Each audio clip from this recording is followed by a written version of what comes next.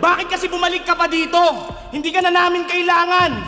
Ang ganda na ng takbo ng karir ko dito, Deo. Maaalala pa tuloy nila yung laplapan.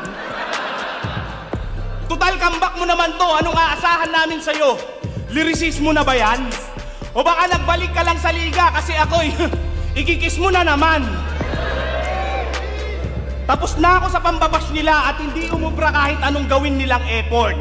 At yung sinasabihan nilang dumudungis ng liga, yung pa yung may malinis na record. 4-0 na ako dito, Deo. At ito yung hindi mo nagawa nung panahong rookie ka pa lang. Kasi imbis magutom ka sa pagkapanalo nun, mas inisip mo pang magkapuki malamang. Puro lang naman to kabaklaan dito. Ano pa bang aasahan nyo? Mula nung maglaplapan tayo, lahat ng titing sinusubo mo, tangina, nalalasahan ko!